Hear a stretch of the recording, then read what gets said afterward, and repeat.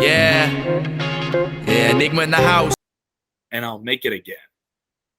No one's over if there's not a good under. There's no top floor if there's no foundation. There's no division if there isn't an isn't. All right? All right? That's what she is. She is the locker room leader for the women.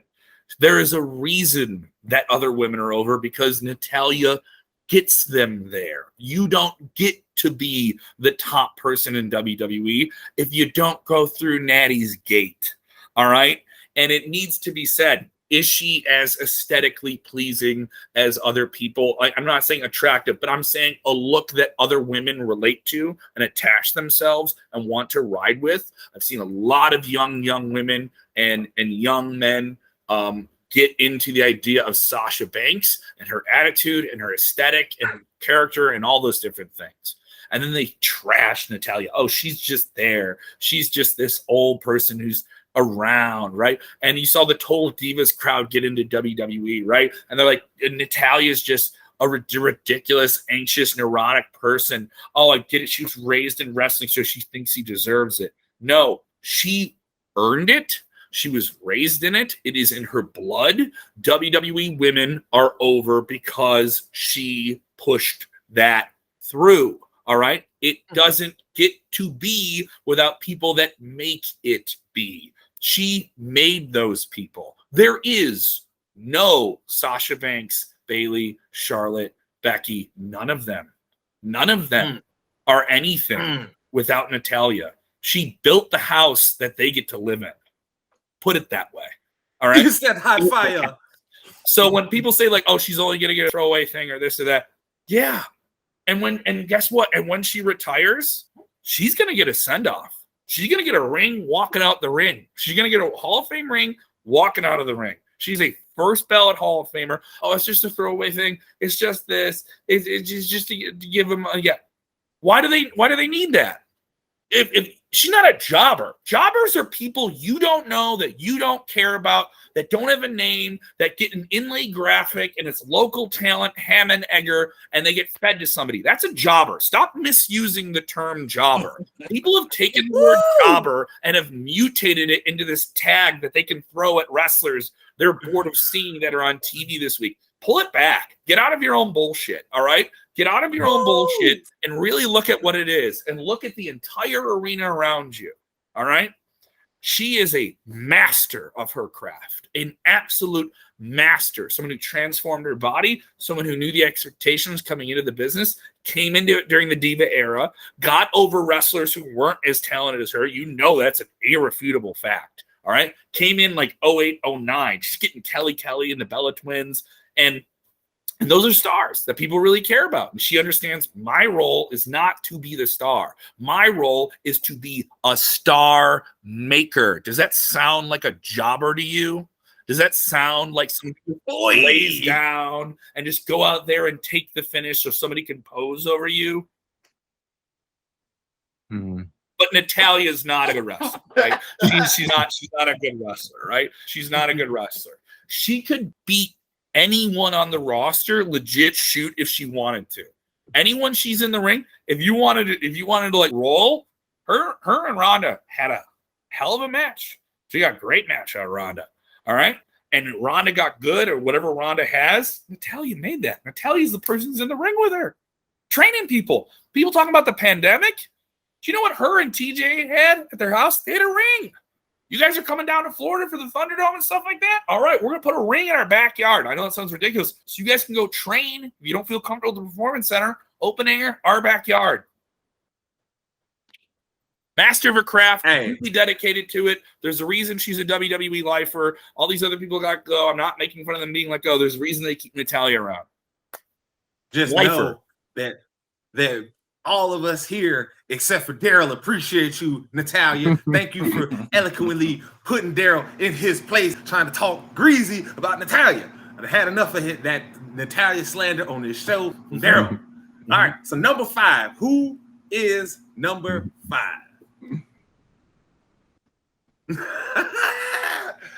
Daniel Bryan. I brought it up earlier. I saw him wrestle in a VFW hall. I saw him wrestle in a gym. I saw him in an arena. I saw him in a stadium. And every single time I saw him, where I was paying my money or I was there to see other people pay their money and I was covering it professionally, he had the best match. That WrestleMania at New Orleans, I wasn't there, and it's the one match I regret the most not seeing live that I wanted to see live. And I'm talking like anything I've ever wanted to see live, where it was a concert or anything. Oh, I wish I was there, right? That is the most I wish I was there moment. And that was so fulfilling. And people crap on WWE for that because they're like, oh, part of that was reality. Yeah, because they weaved in the reality. They're like, he's a really good wrestler. We like him, but he's going to be a steamboat. He's going to be a Ricky Steamboat. He's going to be a great wrestler that we're always going to have in the upper semi-main part. Maybe we'll have him do the title here and there, but we're not going to make you the guy. And then they made that in the storyline, and it was brilliant. As much as everyone wanted to crap on it, you're going to win the title, then we're going to take it from you. You're going to win the title, and we're going to take it from you. Like, come on, dude, you're not getting it. We're going to screw you over. Do you understand? You're not an A+ player. People repeat that phrase because it worked. That match was fantastic. It was predictable, but beautifully predictable. You know he's going to beat Triple H too. If you love Daniel Bryan, you know he's going to beat Triple H, and he's going to, you know it. And they built it up, and then they're waiting, and it's WrestleMania, and you know it. You know he's going to beat Triple H, and he does, and the match is great. And then he goes to the triple. Oh, it's awesome. It's the best. I have a theory. And everything he went through, it meant something. His gimmick was being a great wrestler you cared about. And that sounds so simple to say. But for hardcore wrestling fans, he's the guy. But he also transcended it because you saw kids at that time look at him the same way we did Hulk Hogan. You know? And like, I know it seems where it was his passion was so natural that anyone with red blood from 0 to 100 understood, like, if I loved this, I know he loves it more, and I love him for that. And it was easy to feel that passion and get into it. And when he would shake the ropes and get up, and like those little like mannerisms all mattered. And like the yes thing it was great stuff. Great stuff.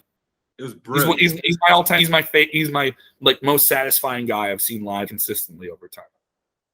Now I have a theory that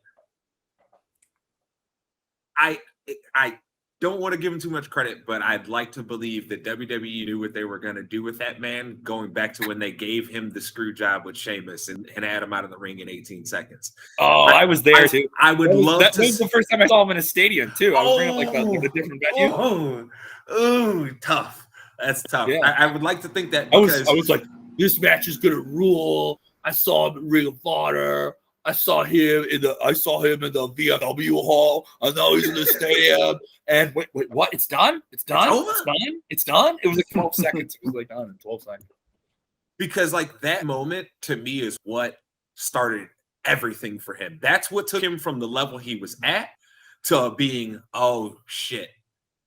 You got fire. You got something here. You are cooking with gasoline. Because even when he had that stuff, like he was still knocking it out of the park in terms of character. Oh yeah, and like promos and stuff like that.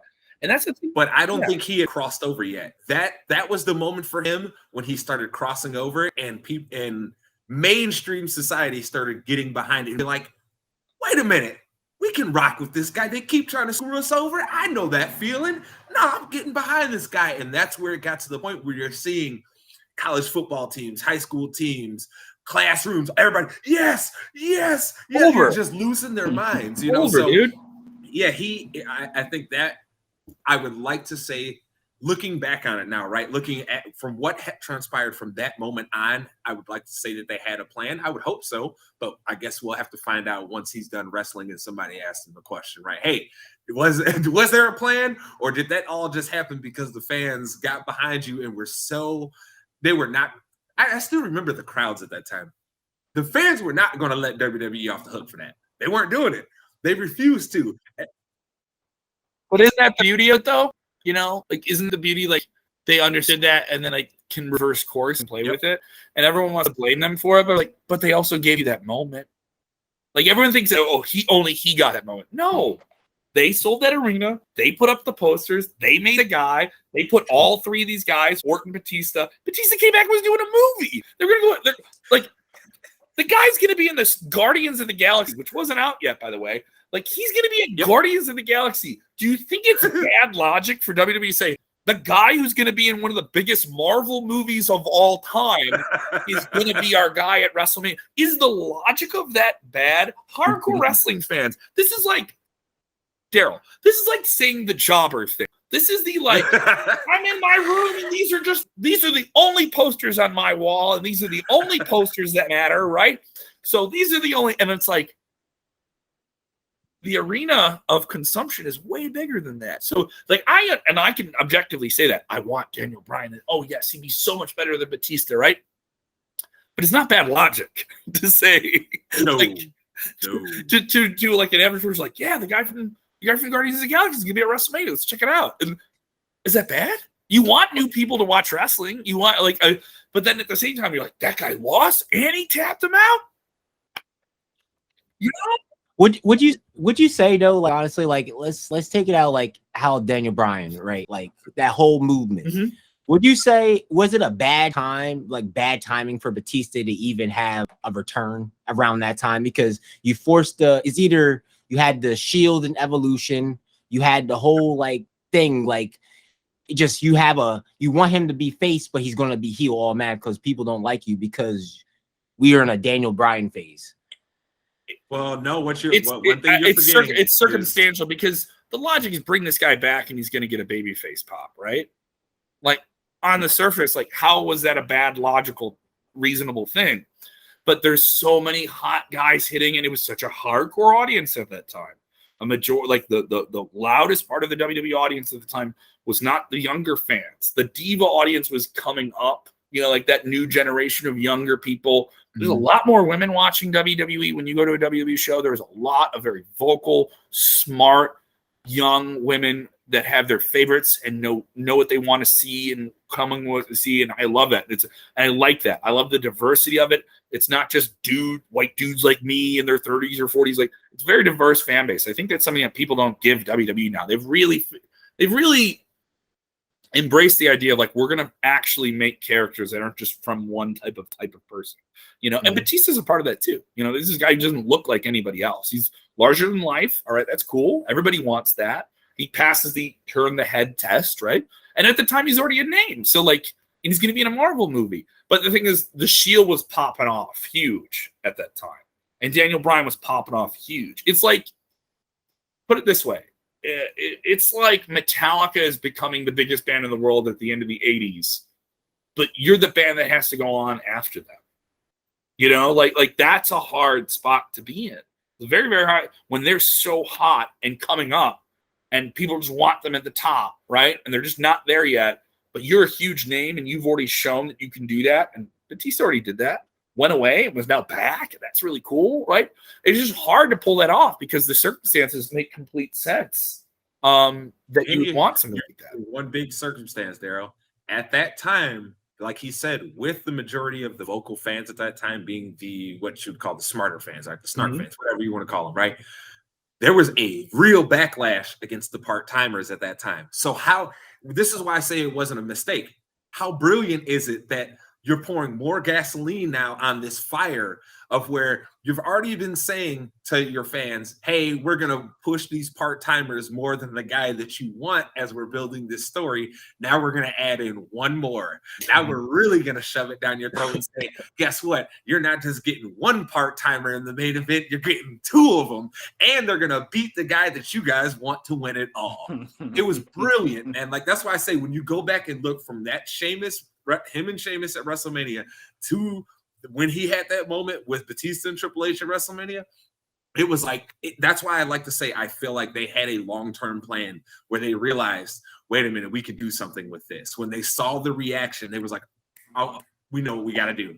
We know exactly how we got to play this. And if we play it right, we're going to make buku dollars, and WWE made buku dollars. I mean, everywhere you went, there was what shirts, man. Everywhere you went, there was yes shirts everywhere. You look everywhere in this guy. I mean, my litmus test, I don't know about you, Kevin, but for me personally, when you've crossed over as a star in WWE's mind, when they send you to Good Morning America.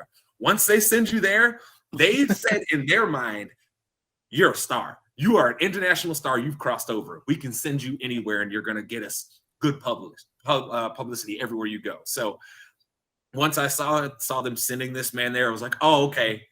So you guys had a plan here. You knew what time it was, and you knew the best way that you could work this. And I have to give, at that time, who was more in charge, which was Triple H. I have to give the man his credit because he knew what's up. He knew how to play it right. So it worked out brilliant. Let's see how that goes now, too. What a wild time to follow the business, right? So that's one thing before we get back to like your journey here. I have to ask on the Vince McMahon thing, right? Everybody that's like a serious wrestling fan, we all know Vince has pretty much maintained that he was going to die in gorilla position, right? Yeah. So we know with all the stuff that's came out, more than likely, if we're just talking business, right? If we're just looking at it in the terms of how business usually operate. It seems to me Vince was offered, hey, man, look, you can walk away pridefully and look good walking away, or we're going to have to send you packing. Because in today's environment with the stuff that was coming out on him, they can't have that. Like, you just literally cannot have that, especially like you said, they've done a lot of work to grow their female audience over the years. So you can't have what was going on with him and what was reported. All that being said, though. Yeah. It's hard to talk about because I think there's so much assumption and speculation that overrides fact, like, so fact and the fact of what's reported, mind you, everything that's reported is alleged. That isn't me defending. That isn't me copping out. That isn't me like towing. There's a big thing in wrestling media where people like critique me, and I have no problem with this. I've called me a WWE apologist. I was like, no, I'm a realist. And I have no problem popping the balloon of people, like, and I was like, you need that balloon popped. You want to hold it. You mean you understand people the business side an opinion for them, an opinion and an assumption and like their take on it is more important than what's really happening. What's really happening is a guy who's a very, very powerful man who's created this world that we're all very, very in tune with, who's also at the same time like a George Lucas, where it's like people love George Lucas or they hate him, and but they love his creation. So, but it's hard to separate the creation from the person that created it, right? So, like, WWE is Vince McMahon. I think that's a hard thing to process as someone who's a fan and covers it, and that's going to take a while, and it may never be in the eyes of people who watch it separated. So Vince is out. This is what it is. Like, amid this investigation, which is an internal one and not a criminal one, also worth noting. All right, also worth noting that. Oh yeah. So we don't know if this is the biggest consequence of that. It's also worth noting is in the statement he put out yesterday, because he put out a tweet, and I think most people read the tweet, but he put out a 2-paragraph statement that's on WWE's corporate website. You can go see it. It's on sportskeeda.com. We have it. Yep. I read it. He says he's the majority shareholder. He is. He owns the most Class B stock in the company. They can't force him to sell that stock. So, is he out of creative? Is he no longer the head of WWE's creative division where he's calling storylines and picking superstars and stuff? Also, everyone who complained and said, oh, he's passé and he shouldn't be there, he created it. Like, who are you to tell the guy who made that that he can't do it anymore? Like where, even if you're a fan of it, you don't get, this isn't like the GM. We got to get rid of the coach, No, it's not the same thing, like it's not the same thing. So it's harsh. The whole thing is harsh. This is Vince McMahon, the Walt Disney of professional wrestling, not getting a send-off, not getting a goodbye. Like, that by itself should be a massive event. That by itself should be its own pay-per-view. Like the Goodbye Vince night should be its own pay-per-view. There should be like just speeches and like fun stuff and like all those things. And that's not happening. You know, like that's it's so sad. That I think the thing that's so evident to me is that it's sad, and I don't think it's celebratory. Because think about that, it's not celebratory. Anyone who celebrates this, that is spite. That is not a positive emotion. That is the dancing over the quarterback or you just sacked like that. But the thing you're doing when you do that is what happens if you turn around and that guy's paralyzed? You know, like if there's what level of vitriol do you have? The Tony Khan tweet. Tony Khan's the president of AEW, tweeting out that I'm the longest running CEO in professional wrestling. An hour, like half an hour, and then in the same tweet promotes Rampage. Tony's Tony. Probably Vince has probably done the same thing 100 times, right? Like internally, like it was like Ted Turner, $1 billion Ted, right? So tit for tat, right? Tony for Tony for tweets. So it's to me that it's like this titan of the business is gone under these very sad circumstances. It's just a bummer. I don't think I'm a mark for saying that. Like, there's no big grand. Like, it's an attraction to say that he's going to leave the business on his own terms, and that's sad because you're right. Everyone else I've talked to, some people I may have mentioned, said he would never ever retire. He's an absolute workaholic. All he wants to do, he doesn't have hobbies. He has work. That's what he wants. And that's the reason why I was prefacing it on that, because I try and take Vince at his word, right? What he says. I'm basing my statement based off of the things that he has consistently said over his life, right? Where that is one thing he's maintained. So you got to the crux of what I was going to actually ask you. How should we end up remembering Vince McMahon? Because you are right. All right. So the stuff that is alleged in these reports, it's not good. It's very serious. It's very serious. It's not good at all. It's very bad behavior. But at the same time, Vince McMahon also has given millions on top of millions of people a property. It's hard to say. I don't want to say now because we're talking to you on the 24th of July. I don't want to make this feel dated. But the circumstances of him leading this way are even so different than the way this was addressed on, like, by him specifically a few weeks ago. So, yep. And I think the only admirable thing I can say about the way this process has been handled is the sense of, well, I love what I've created and I love what I've made for the people so much that I will walk away from it so that it doesn't get any more tainted by this other thing. May I add? Go ahead. May I? I'm sorry. I was talking to him. Would I say, like, they don't want to make a second Benoit episode again? You know what that I wouldn't go so far as to say that, because I don't even think that's fair to WWE, because like the Benoit thing, like the Raw after like Night of Champions. That's an awful thing. You know what I mean? You can't ever compare. This isn't as bad as that either. This is I know. I'm not saying like as bad. I'm talking about like how like a tribute. Like you just don't even have nobody wrestling. No. The reason why you notice there wasn't a tribute. It was just they came out. They like this is what happened. He does this at 4:00 on Twitter. They put out the corporate statement right after. They say Stephanie and Nick Khan are the new CEOs of the company. Earlier in the day, Triple H is reappointed as the executive vice president, head of talent relations, which means Johnny Laurinaitis, who was with the company for a long time, was Vince's right hand man. He's also a part of. It was John Laurinaitis. John Laurinaitis. If you're going to say John Laurinaitis, your arms are looking good. Your arms are looking good, Vince. He's out with this whole thing and in this investigation. So it's big enough that Vince McMahon is out, but now you have all these other things around him. And the show opens with Stephanie McMahon coming out, and they couldn't do the show and not say it, right? There's no way not, because that's another thing, is that they did the show and they didn't say it. Same people who be like you and I would be like, how are they not talking about this? How are they not talking about this? Like, you know, the whole time we'd be like, why are you not talking about it? So they go out there in Boston, which is a WWE town.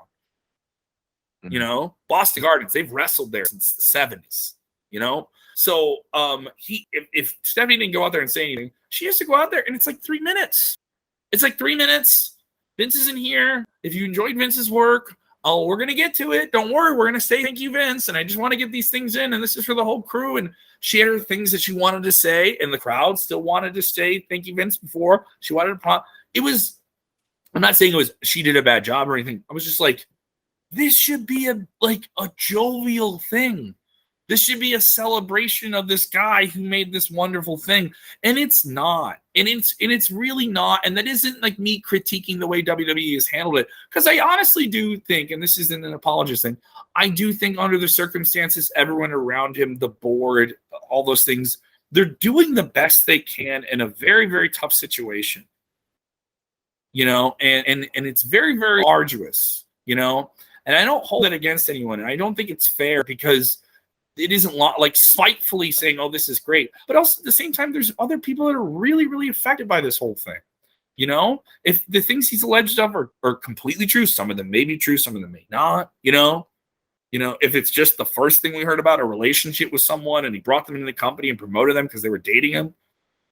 In the eyes of the company, that may be something that says like, hey, go away. If all the other things he's alleged of doing are like that, like that's bad. It's just a pattern of behavior that's really, really bad. And he said, I don't want to be that. I don't want to go to that point where I'm like analyzing things like a criminal lawyer because I don't have that expertise or acumen. I'm a guy who knows wrestling. All I know is the Walt Disney of pro wrestling is gone and is forced to do it. At least it looks that way. Another thing is we don't know. This may have been his complete choice where he's just like, I'm looking at this. Because you guys have seen this with Vince too, where he changes his mind, right? I'm looking at this, and it's just like, you know what? This isn't fair to everybody else. Like I can tell what this is, and yeah, I'm 7. Another thing is he's 77. He's 76. Hey, look, Vince McMahon is just like my mom, dude. Like, listen, there are some people who are like, working is what I do, and Vince is, and that's my whole thing with Vince. And to the point of what you were asking, Darrell. The reason why you can't compare it to Benoit, the whole Benoit thing is they were doing the best that they could at that time with the situation that they were handling. One of their superstar wrestlers ended up dying, like being dead in a very, very, what turned out to be a very horrible, tragic situation. They dealt with it in real time. Another thing is like, that was something where they found out like maybe Monday morning, you know, and had to deal with it in real time. And then everybody wants, like, I don't think, and if you go to the timeline, there's so much stuff with that is so sad and awful. And that was way worse. And there's people that there's 2 people that were absolutely gone, and they didn't make that. Like that's awful, you know. Like and I like the people that hold on to this idea that you have to like talk about Chris Benoit like he's still a great rep. Screw that. Screw it, man. You know, Chris Benoit is one of those where if you want to try and separate the artist from the art, I get where you can do that. Can't do it. Personally, as a human, I can't separate artists from art. It becomes too messy. Like, it took me a long example time for me. Like, it took me a long time to even like, you know, put on the network or watch a show. Mace, you guys, did you guys have this where like you couldn't watch stuff with him in it for a long time? I couldn't do it. I had that with Hogan, and I was a Hogan guy. Oh, I was a little love Hulk. The Hulk was my guy. Hollywood Hogan was one of my all-time favorite characters. I love Hulk Hogan. I loved Hulk Hogan. And when this stuff came out, and Hulk, and I don't want to say like this is like perception. This isn't like saying something that Hulk did is as bad as this person did. No, that's not the argument at all. It's how you now perceive what they've done. How do you now do that? And we're starting to do that with Vince. Do we throw away everything that Vince did because of this? I don't think that's the case, because I think WWE has grown to be something that's way, way bigger than him. Okay? So, and the same thing that people still love the NFL, and there's guys who murdered people, and there's guys in the NFL who there's people that know about murders in the NFL that kept it quiet. There's still New England Patriots fans and Aaron Hernandez. I think if you can get out of the wrestling bubble and look at that and be like, that isn't fair to the people there now. That isn't fair to the good people that did it and made it great. You have to. So, and perception becomes hard because there's so much content, and we just attach this person to it. But it's like that's somebody playing a role, that's there's still there's a real person behind that, and I don't think that's fair either, too. But yeah, like Hogan was the same thing. Like I can watch Hogan stuff now and just separate it, and I'm just like, That's I'd say the Hulk Hogan before this thing for me kind of hits home Yeah. a little bit more. Wait, That was probably more when I was a more conscious. I'm a getting dumb closer to white my guy. I'm a adulthood, dumb white guy who likes wrestling. I'm not going to have that pain at all. I'm not going to try and say that's my pain at all to hear that word said. But it broke my heart as a fan because I'm like, I'm never going to be able to. I can see the character. I can't see the man in the same thing. Is that fair? Like I can. Yeah, for me, it was a bad situation just because I always loved Hulk Hogan even when I was a kid, and then to see that, it's like, dude, come on, bro. Yeah. Like, because for me, and I probably know Darrell and Mace feel the same way, which is it's like that's really how you feel about us, huh, bro? Because like you're talking, this is like in your most intimate moment, so it's like Very that's really how you feel about all of us that we loved you too, Hulk. You know what I mean? So it's like it's just a best up feeling, and it's gotten to the point for me where, like, when they tried to bring him back for the WrestleMania, I was like, y'all are doing Titus O'Neil a disservice. Just let Titus host this because you're not going to get these fans who know exactly what Hulk Hogan did. You're not going to get them to just forget it now. Not in the climate. I also wonder with Hulk, maybe you guys ask, I wonder if they just brought him back too soon. You know, like if it's just like if Hulk's still around and he's in his late whatever 60s or 70s, I think if it was something like in a year or two from now and he had not been a part of what WWE was doing and that happened, I think maybe the reaction might not have been as big, but people will be like, hey, we didn't forget what you did. We didn't forget what you said. Didn't they do a ban? Like they did like a whole like was it a year him for a while and then brought him back and then was like, hey, remember you guys love good yellow and red. Remember? Mm-hmm. So it was like, it was a clown show. But I got us totally sidetracked into wrestling, and I know we could talk wrestling for hours, and we need to have you on again so we can continue talking wrestling. But I have to get back to you because you are the man that we're here to talk about. So this was long. I didn't know we were. I didn't know we got lost in wrestling, man. I put the dog asleep. Dog's asleep. I looked down at the timer and I was like, "Oh, damn, we really did get lost in wrestling for a minute." But that's cut it up. Use it as 2 different episodes. But that's how you know. I'm about to get real slick. I'm telling you, look, fans right now, I'm telling you right, you know why there's going to be a part 1 and part 2? Because we went long talking about wrestling, okay? So just letting you know right now. Sports Key to Wrestling. Check it out. We're on Facebook. We're on YouTube. The podcast is available as well. Vince Russo and Dutch Mantel. Vince covers Raw for us. Dutch Mantel covers SmackDown. I do stuff on it throughout the week. I'll be in Nashville for SummerSlam, and I'll be there for StarCast as well. I have an interview with Eric Bischoff coming out in the next day or two, too, so you can check that out. Yo, you're going to have to send me the link. I always love listening to Bischoff talk about wrestling. Ooh, it's a good time. Bischoff got some takes in this interview. You guys want to hear some fire? He was not shooting blanks. Oh boy. He had some things to say about a certain wrestling company based out of Jacksonville, Florida. That's gonna piss some people off. Oh man, I can do the pull quote now, but I'm not gonna give you the pull. I can't. I would get in trouble. Don't do it. Don't do it. I'll say he said some things that were that would bring some people to their knees. So he said some very humbling things about AEW. So, and I'm not saying like shooting or anything like that. There's just things that he laid out in terms of how to produce a TV show that I had heard some people say, but never lay out the complete argument. And he did. So look forward to that. Also, just some great stuff. He has his take on Ric Flair's last match. He has his take on his new book coming out, which is the concept of the book is very strong, and there's stuff he'll talk about in the book you'll be surprised about. And also the book has this weird, you've seen this with a book now where everyone has QR codes. So when you're going to buy his book, there's QR codes in the book, and it has like the oral, it's like if he interviewed somebody for the book and they're like backing up something he said or having their objective take on it, that entire interview they have, and you just QR code it, and you're the only person who gets to see it if you buy the book. So I thought that's really clever. That's groundbreaking. That is seriously groundbreaking. But it's something that like sports books were trying to do, like autobiographies and stuff like that. I was like, that's really cool because then you get this whole wealth of other secondary content. See, content. But Sports Key to Wrestling, give it a look, and go check it out if you're on the wrestling side of things. If you're watching this, all the links to that will be in the description of the video. Make sure you click on them. Make sure you give them a follow and a subscribe. We just launched this new video project where I'm ranting about wrestling stories. specifically just on Facebook, but we'll put it somewhere else. So if you're a Facebook person, we have a lot of international viewers that still really, really like Facebook video stuff. I know there's some people in the States who are like, no, but like we got 2.9 million people on Facebook, and a lot of them want to watch stuff. So that's awesome. Yeah, 49,000 people watched me talk about Brock Lesnar walking out of SmackDown on Friday. It's nuts. Yeah.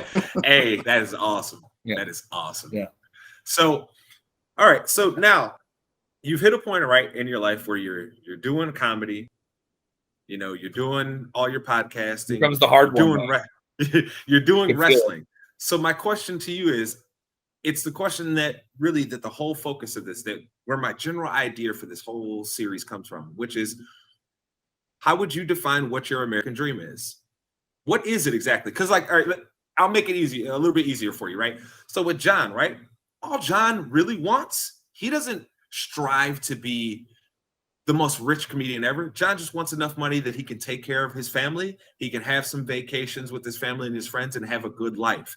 He said, and he hopes to one day do a stadium. Other than that, he doesn't care about all of that stuff. Like, he doesn't care about becoming the most famous comedian ever. He just wants to be able to live a good life. So with you, with everything you're doing, what is your dream? What is your goal? What are you trying to do with that? Because I know one thing John said, as he got more famous with it, if he gets more famous with the comedy, right, he wants to try and affect positive change in like kids that came from places that he came from, kids that are coming from like single mom homes and stuff like that. He really wants to try and show them a different way that they can go about doing things, a better life, right? So what is your overall goal? Like, you're gonna accrue power from doing this stuff, right? So what is your goal to do with that power? What's your American dream? What is that? I really need a vision board. Vision boarding. I feel you. Things. How overused is the word manifest now? Hey man, we got a whole country because they were screaming out manifest for a while. My girlfriend says the word manifest and uses the word energy, and she genuinely means these things. But because I'm a comedian, I'm a smartass. I'm always popping the bubble. I always have my pinprick ready to pop someone's overzealous bubble, right? I always have to cut somebody down. So she hates it. She said, stop doing it. Seriously, you need to do this. I want to selfishly, I want some validation for this thing I put a bunch of time and energy into. And you ever just like see something that like stops you in your tracks? I'm at a certain point in my life, maybe you can call it a midlife crisis, but like, I don't have kids. I don't see myself having children. I don't see myself having the traditional American life, the nuclear family, these things. And everyone else in my family now, everyone else in my family has some form of that or will soon have that, you know? And I know that I will not have that. And I will always, I'm from a tribe, but I'm like, if my family is the Ninja Turtles, I'm absolutely Raphael. And you know, like, and I know I have issues, and mental health is, I think, something special. The last 2 years, we have a much better dialogue about, and I have anxiety, which you may have seen on display in the time that we've talked.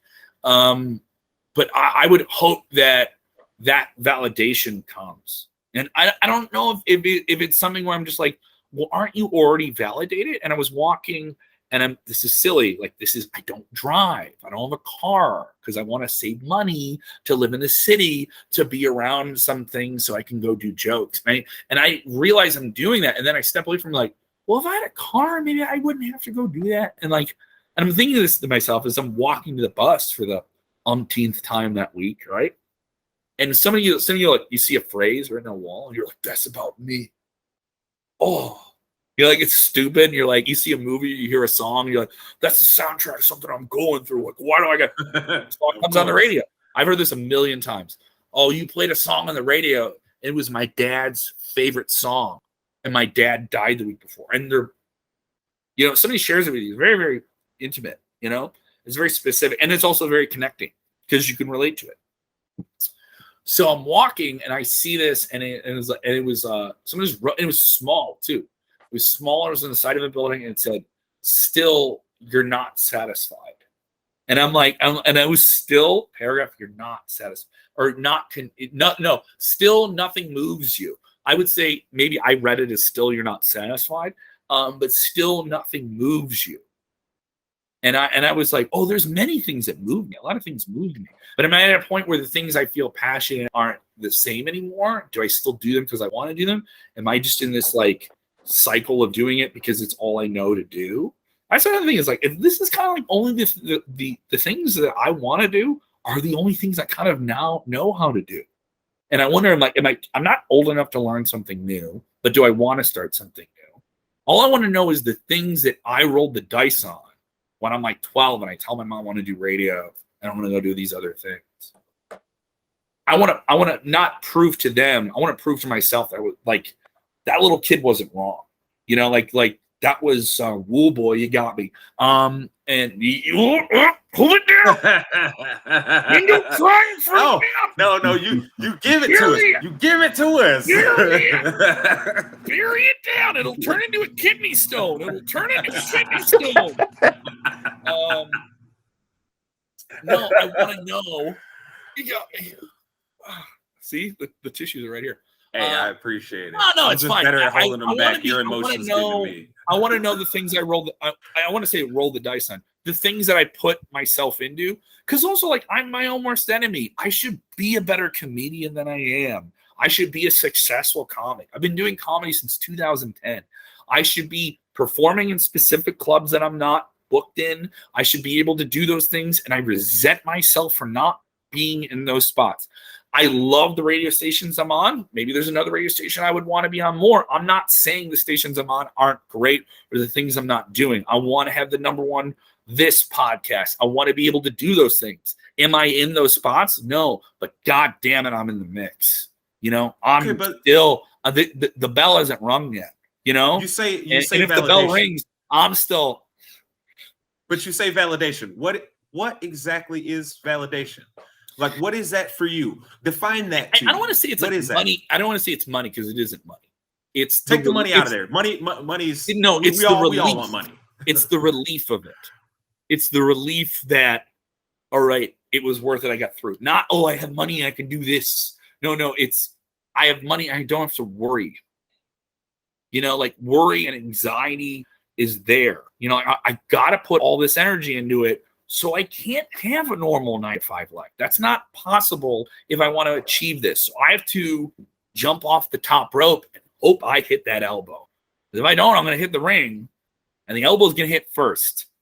You know, and so it's I live that risk, and I'm nearing a point in my life where not like I'm going to pull the trigger and get out, but I'm like, all right, can I only do so much? Do I have to pull back a little bit? The validation is no. I went 110% and it paid off. Like even people love me, even if you doubt me, I'm fine with that. You know, because I may think the same thing if I had a kid doing this wild and crazy thing. I have objectivity in that sense, right? But I have a sense of I want the validation of, and I've gotten it many times, but I want it consistent. I don't want it to waver. I don't want it to go away. I don't want it to be this like fleeting thing. You know, I want it to be something that I hold and I have it on a wall, you know, like I went out and got the white whale, you know, and what is that though? What? That's the crux of it is what exactly is the validation that you're seeking? Because I understand you said your family, not being worried about my life in 4 or 5 years, you know, not being worried anymore. Knowing I absolutely have it because it's fleeting. Sometimes you get it and then you got to start a new fire, you know, and it's the different things. And also I have like many different plates that I spin all the time, you know, and it's hard to have everything I want out of comedy with other stuff. I'm giving up a weekend where I could be booked doing comedy shows. I'm giving up some comedy shows to go to Nashville to do SummerSlam. And part of me was bitching about that. But I'm like, you're going to fucking SummerSlam and you're gonna like, you know, like, and I'm just like, all right, you know, like I gotta like reason that with myself, and it drives other people around me crazy. It drives them crazy, and I know I drive them crazy. So, do you think validation in one aspect will carry over to others? Let's just say you get your white whale in radio. Yeah. Do you That's think that's a Moby Dick reference? I've never read the book, but I know the story, right? I read do you think that you would be satisfied as a comedian and the other things that you do if you like say you reach your pinnacle, whatever you think that is in one aspect and not the others, do you still think that you would be satisfied with what you've done in the others, as long as you at some point somebody says this guy is the guy? Because they all contribute to each other. You know, like locally, Jerome was talking about how big the Q101 thing was. I wanted Q101 for like 13 or 14 years. You know, like I wanted that when I was when I talk about doing the radio when I was a little kid, that was like Q101 was one of those like 2 stations I wanted to be on. And I got to be on that station. At one point, that was the only station I wanted to be on. So that's a massive goal. Yeah. Was I the guy when I got there? No, but when I got there, I was on air, and I was on air a lot as a weekend person. Put it in wrestling terms. I wasn't the world champion. And I never got to be their world champion at Q101, but goddamn, I got to steal a show many, many times, you know, and I got to do some very, very cool things. And there was a lot, and that was the most professionally validated experience of my life. To get on that station, if it was even once, it's the mountaintop. What's the next mountain? You know, and that was, and I also had a great ride there. And the only reason I'm not there is a pandemic. You know, like I love everybody there. Everybody there is like a very important part of my life. People I still talk to, things I still benefit from there. And now I'm doing radio in 2 different cities at the same time because I was there. You know, like no, we're giving you Rockford and Springfield because you were on Q101, and I know what that is, and I'm able to do that. And if I do more radios because I was in Q101. Like that's the best way of describing it. Someone who wrestles in WWE can wrestle anywhere if they're still healthy because they wrestle in WWE. Let me like that. Like I had my run in a WWE level radio station. But isn't it fair to say that there's already some validation in your life that you may not be seeing right in front of you, that you may not be actually thinking about that inferiority complex, though, man. Like you're a little kid. Think about it this way. Everyone else in my family is like doing a good job. It's all from my childhood too. Not to say I had like a bad childhood. I had a very, very good childhood. I had very good nurturing parents. But I had ADD when there was some concern about how severe it was. Like there was some concern about me even being a student in any functional way, because all I ever wanted to do was just do stuff that was fun. Objectively, you look at it, it's like you just want to do fun stuff. And now fun stuff is work. And there's days when I'm really, really mad about someone I'm doing an email with. You guys have this too, right? And I'm like, I have to like get out of my own bullshit all the time.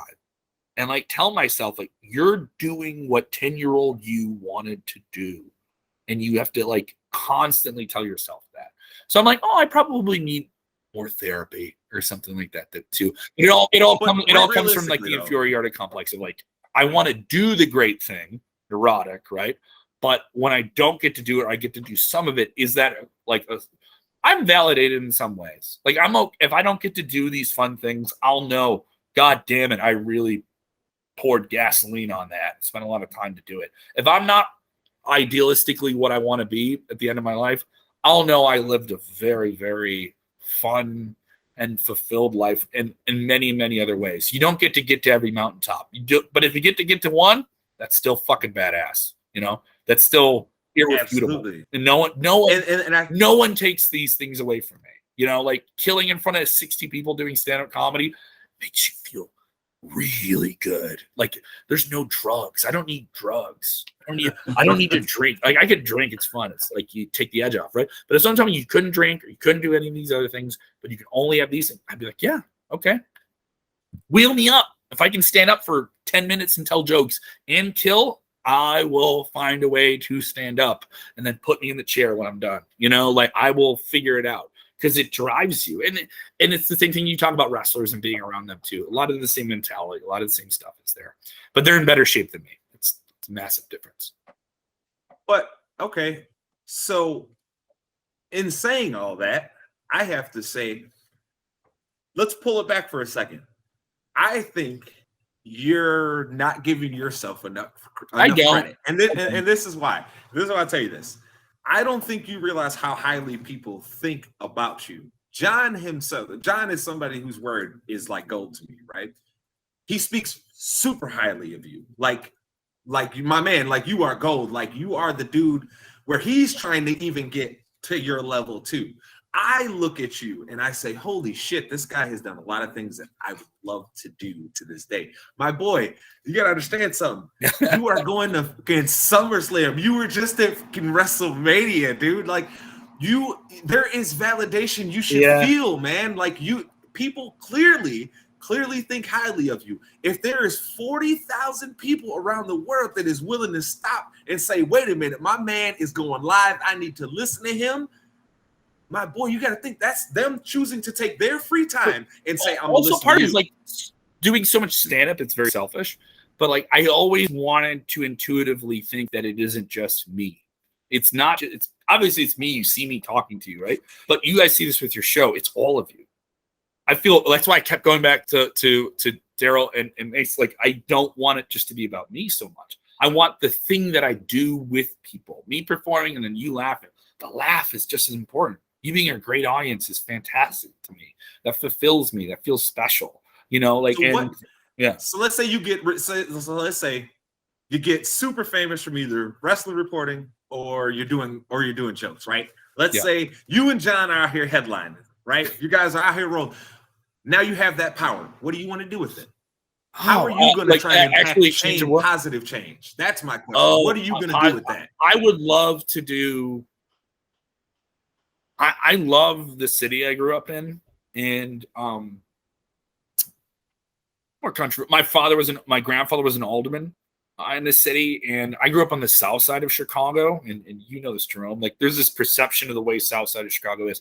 I grew up in a nice Irish Catholic working class neighborhood, but I know I have to go through very underprivileged areas. I have a brother who's a police officer, and it sees the worst of that, of places that are ruined by gangs and underprivileged people that don't get the same opportunities. I understand very much so. I'm a privileged person, that my parents provided a great life for me, and other people don't get to have that same type of life. And especially where I grew up with it. And the options are these other things that are negative and bad. And I would love the if I could contribute to the destruction of gang culture in major cities, and create something that's fulfilling for people and makes their lives better. And when I say the destruction, I mean other things that aren't gangs. We understand. Something that's meaningful and special. That would be great, you know. And I would feel really, really good about that, you know. And there's some things I've done that I'm not like too out there about, you know, and project that are special to me, you know, and stuff like that too. I would love to do some type of like armed forces veteran. I've always wanted to do a USO tour. I know that's a weird thing, like in terms of comedy, like, oh, look at me no, I would love to do something for them. You know, I have family members that served in World War II, and my mom had 4 boys and none of them were in the service. I was like, Mom, you should be good. But none of us had to be in the service, right? You know, that type of thing. But no, I would love to be able to do one of those two things. Yeah, I think that's special. Because Chicago, there's so many people that have we're a very gentrified city. So like there's like really, really good areas, and then one neighborhood over, you're like, they don't have a grocery store like close to them, and like that, like, oh, okay, all right. So like someone choosing a very negative path makes a lot more sense, you know. And I have a brother. I'm a pin down though, and he sees a lot of it too. Yeah. How would you help get these kids? I would want to do like really big. I would want to do really, really big shows that just get people. I don't have to talk to you too much about the issue. Also, I'm a freaking comedian. I'm not like a college professor. I'm not a president. I'm not a politician. I don't want to have to be that. I want to have an opinion. And if my opinion isn't the same as yours, but I make fucking laugh. That's it. Okay. I have no problem being a clown. All right. But I want to be a clown that makes you think a little bit and challenges you just a little bit. You don't have to agree with me, but you just have to be stirred out of your seat and just look at somebody with red blood. That's it. That's it. That's all you have to do. And then you just have you have to acknowledge and emphasize and have empathy for the humanity of someone that isn't like you. I would hope that's something that I can do. You know, like, you don't have to like me or love me, but if you respect me and we remember what that's like, remember that that's like, you know, like little tiny things. Like, I remember I can't, I'm a tour. I was a tour guide for a long time in Chicago, and you take people's pictures a lot when you do that. I will see people do like this, like, and they're trying to like take a big. I have to ask them if I can take their photo. It's not about me, because in the back of my head, it's like my mom raised me like, what can you do? A simple thing that you can make people's lives better. Like, if I just go and say, no, sir, with this family from Michigan and you're downtown Chicago, here, I'll take the picture for you. And that's their Christmas card, maybe. You know, like, think about it. Like, that's something they send to grandma, and like they print it out. And I'm like, I don't have to know their name. They don't have to know my name. I'm like, great. Somebody like sees me do comedy and they don't remember a name, they don't remember a joke, and it makes them feel better, and they repeat it to somebody. Done. You know, I just like, why does it have to be more complicated than that? But yes, I would love to make people who don't have as good a life as I do a better life. I'd love to be able to do a USO tour or something for veterans or people that have served. Would be those two things. Check those boxes. That's what I would do. Yeah. Hey, USO, y'all need to holler at my man. He's ready for y'all. He's ready, bro. You know, the sad part is I live in Chicago, and I think the USO thing might be more achievable. It's just because it's just I'm not like tossing my hands up saying like you can't do anything, you can't influence positive change. But there's so many different avenues and different ways to approach it, because it is something that I only recently started to in the last 2-3 years. I was doing a little bit in college, but you know, like life, I move away, and then I've been back in Chicago. I'm living in a different neighborhood now again. I'm just like, if I don't have kids, I'd like to make someone else's kids' life better, you know, and like do something like that, and like the Big Brother programs and things like that. I'm getting to that point in my life. We're like, if I don't, I gotta, you know, I'm dog sitting today, and I love it. It's like, this is the most fraternal father. I don't know if you guys have kids. This is the most dad thing I get to do on occasion. I enjoy it and give her too many snacks, and then the person I'm watching the dog for is gonna be like, "What did you feed her?" I'll be like, "She was hungry," you know. Well, look, at the next wrestling show that there is that I'm going to, I'm gonna have to link up with you to introduce you. Definitely, buddy. She'll laugh. She's gonna enjoy, especially some of your stories about where you've been to at events. Like when I tell her, "Hey, Destiny, the guy that I interviewed today, he's gonna be going to SummerSlam and he's gonna be reporting on it." She's gonna be like, "What?" I'm hoping to have some good ones, man. I'm hoping to have some good ones. Just look out for it on Sportskeeda. I don't know who I'm going to be interviewing for sure. There's some people coming through Chicago with Impact Wrestling I'll be talking to as well. And then also check out AAW. That's the wrestling promotion I work for. I'm like their Mean Gene. I'm on screen. I do the something like that. So that's pretty. Hey, we got a Mean Gene, baby. I got the hair too. I just gotta go out there. Oh, I love it. This is a lot longer than I expected, but this is very fulfilling. Mason, Darrell, I hope I wasn't talking too much. No. Your stories were excellent, and anytime we can get you back on, like I said, even if it's just to talk wrestling, or something other, something random. The segment doesn't have to be about you, or if you want it to be about a bit. We just got to get you. Yeah, I'll have better get you back on. I'll be at home. I'll be at my own studio at home, and I'll make it work. Yeah. We're most definitely gonna have to get you on. I'm gonna probably have to try and stab you right after SummerSlam and see when I can get you. I'll be around. I'll be around. Talk about All Outs, AEW All Outs that first weekend of Labor Day and stuff like that. And so you're going to All Out. AEW is going to be at the Logan Square Auditorium September 1st. Tickets are on sale for that, by the way. AEWPro.com. But I'll be I think I'll be at All Out for the most part. I think I'll be there too. So yeah. So the big ones that are in town, it's a little bit easier. Yeah. Y'all see this guy, right? This dude out here going all the good shit. He like, oh, wait a minute, hold on. I am going to all the good things. Huh? I do believe that is on the docket. Yes. Yeah. We have to drive down to Nashville. I'm driving down to Nashville, and that's still I'm riding in a car with people, but we like looked at like how much it'll cost. I'm like, this is still almost as much as it would be to fly. I was like, oh wow, yeah, odd, you know, but yeah, you see a lot of these. You don't have to worry about the rental car fun. when you get to see some of the country, you know, some of the country. You get to see some gas stations in a part of the country that you haven't seen a gas station in.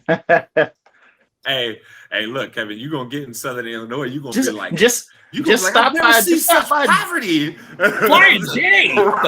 You see like those gas stations you've never been to? Like just stop by Dollywood and everything will be Dollywood, dude. Hell yeah. Just find your way to Dollywood and everything will be okay. Oh, is it worth a visit? Is it worth a trip? I mean, Dolly Parton's a national treasure, so absolutely. Anytime you have a chance, I guess if you have a chance to ever go, I think that's something everybody should do. You guys, three guys of esteemed African American Joe. That is the one country music singer that I've seen turn black women. No, wait, Dolly, I will listen to. Oh yeah, you ain't lying. And no, I'm not, dude. Southside. You ain't lying, bro. I remember being at a bar. I can't remember the name of it. But I came with friends from Columbia, and I was like one of like 2 or 3 white people in the bar, whatever. And it was an older crowd, so it was a lot of soulful stuff. It was like some 70s blues stuff. And then out of nowhere, like Jolene came on, and these ladies were all about Jolene, and I was like, oh, okay, all right, cool. And they're like, this is like it was like South Side Chicago near Indiana. So like they're like yeah, there's a country western crowd that comes here on like Wednesdays. So we still got some. This is like still the jukebox days too. So like we still got some of that in the jukebox, guy. Yeah, I need to tell these boys how close we are to the country, Kevin. Like, I tell them, hey, look, you get about 2 hours outside of Chicago, boy, you in the country everywhere. People are shocked. People are shocked. Chicago, like an hour out of there, like it's sticks. Like it's hey, look, I'm telling you, I got to Southern the Illinois. Accent when you get down to Southern Illinois, you think it's a different state. You like, what state are we in? What is this? I'm in the state capital. I'm hearing twangs and twazzles and yawns. I'm telling you right now, it's insanity. But Kevin, I know I got to get Mace out of here because Mace has actually stuff. Don't worry, we're all aggravating wives and girlgirlfriends talking this long. I understand. Oh yeah, the wife is sitting over here. She just said to me, she's a good sport. Like, almost done. I'm like, yes. I know what that tone of voice means. It's like if you don't hurry your ass up. But yes, ladies and gentlemen. We thank you very much, Kevin, for coming in. And ladies and gentlemen, we always thank you for coming in and with us here on YouTube, Spotify, Apple Podcasts, Google Podcasts, all that good stuff. Make sure you like, subscribe us, and follow the page. Make sure you go and follow all of the links that we are putting in the description here because those will be the links to Kevin and his properties. And you got to go check them out. And I'm going to have to get to this man again because I was watching his comedy the other day, and it made me laugh pretty goddamn hard that this man really, gentlemen, worked The Undertaker into his routine. Look, that's a legend. That's a legend, goddammit. But yes, ladies and gentlemen, we thank you. And as always, people, we appreciate you. We can't do anything without you. We love and grow with you. And this was another resounding episode of, come on, Mace, you telling me. I'll let you do it. The land of many.